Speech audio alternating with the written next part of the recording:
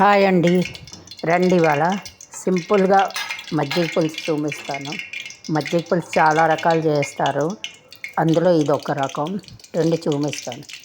First అయితే ఇగో మూకుడు పెట్టాను, ఇందులో కొంచెం నూనె వేసాను. నూనె నెయ్యి ఏదో వేయండి.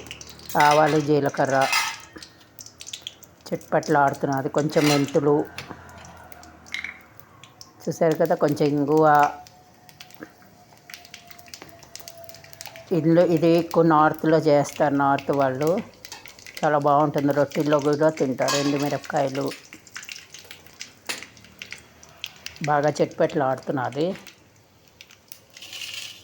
మసాలా దహి కూడా అంటారు దీన్ని. పచ్చిమిర్చి కొంచెం కారం ఉండాలి, ఎక్కువ వేయాలి పచ్చిమిర్చి.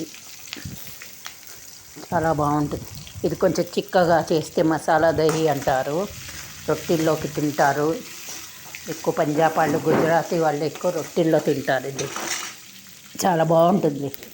కొంచెం పలచగా చేస్తే మనం మజ్జిగ ఒక 2 ఉల్లిపాయలు సన్నంగా తరిగాను, ఒక 2-3 వెల్లుల్లి సన్నంగా తరిగాను. వెల్లుల్లి బాగా వేచాలి ఇది. ఇగో మజ్జిగ, నేనైతే మజ్జిగ చేశాను. పెరుగులో వేస్తారు ఇది, నేను కొంచెం పలచగా వేసాను. సరిపడా ఉప్పు, కొంచెం ఉప్పు సరిపడా వేయాలి. ఇది అన్నంలోకనే వేసాను, లేకపోతే చిక్కగా పెరుగులో వేస్తారు. ఈ పోపు చాలా బాగుంటుంది. రొట్టెల్లోకి అయితే పెరుగులో వేసుకుని తినొచ్చు. చిక్కగా పెరుగులో ఈ పోపు వేసేయడమే. కొంచెం కారం చూసారు కదా, చాలా బాగుంటుంది. ఇది అన్నంలోకి కనుక కొంచెం మజ్జిగలా చేశాను. ఇదే మీరు రొట్టెల్లోకి చేస్తే ఖాళీ పెరుగు ఎనిపేసి ఈ పోపు పెరుగులో వేయాలి అంతే.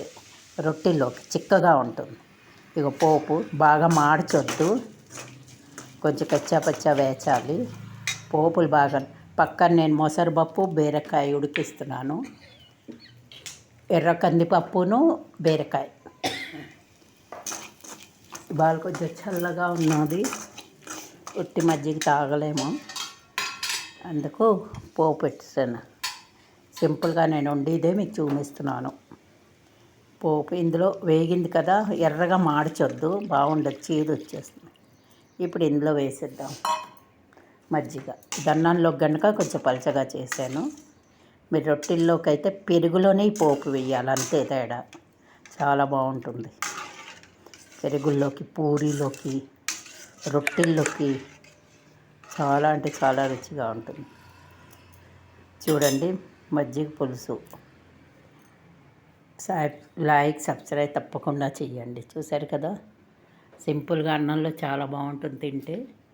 మామూలుగా కూడా చేస్తాం మనం మజ్జిగ పులుసు. ఇవాళ మా ఇంట్లో వంట మజ్జిగ పులుసు, ఎర్ర కందిపప్పు, బీరకాయ, ఆవకాయ, ఇంతే వంట. చూసారు కదా, థ్యాంక్ యూ.